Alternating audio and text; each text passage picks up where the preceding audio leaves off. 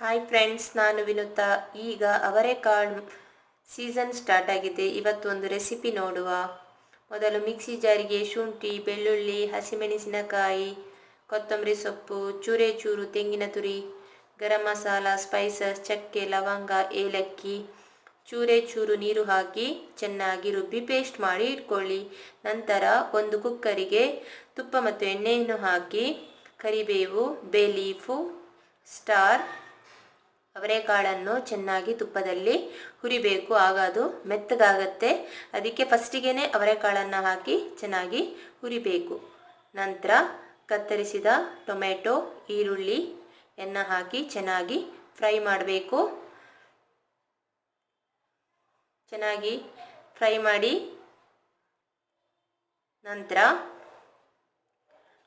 ಇದಕ್ಕೆ ಕಾಂಬಿನೇಷನ್ ಆಗಿ ನಾನು ಪೊಟ್ಯಾಟೋನ ಹಾಕ್ತಾ ಇದ್ದೀನಿ. ನಂತರ ರುಬ್ಬಿದ ಮಸಾಲೆನ ಹಾಕಿ ಚೆನ್ನಾಗಿ ಫ್ರೈ ಮಾಡಿ ಸ್ವಲ್ಪ ಹೊತ್ತು ಕುದಿಯಕ್ಕೆ ಬಿಡಿ. ನಂತರ 3.5 ಲೋಟ ಅಕ್ಕಿಯನ್ನು ತಗೊಂಡಿದ್ದೀನಿ. ಇದನ್ನು ಸಹ ಮಸಾಲೆ ಜೊತೆ ಚೆನ್ನಾಗಿ ಮಿಕ್ಸ್ ಮಾಡಿ ಅದಕ್ಕೆ 7 ಲೋಟ ನೀರನ್ನು ಹಾಕ್ತಾ ಇದ್ದೀನಿ. ರುಚಿಗೆ ತಕ್ಕಷ್ಟು ಉಪ್ಪನ್ನು ಸೇರಿಸ್ತಾ ಇದ್ದೀನಿ. ಚೆನ್ನಾಗಿ ಮಿಕ್ಸ್ ಮಾಡಿ 3 ವಿಜಿಲ್ ಕೂಗಿಸಿ. ಇವಾಗ ರುಚಿಯಾದ ಅವರೆಕಾಳು masala rice bath ready to serve. ಈ ರೆಸಿಪಿ ನಿಮಗೆ ಇಷ್ಟ ಆದಲ್ಲಿ like, share and subscribe. Thank you friends.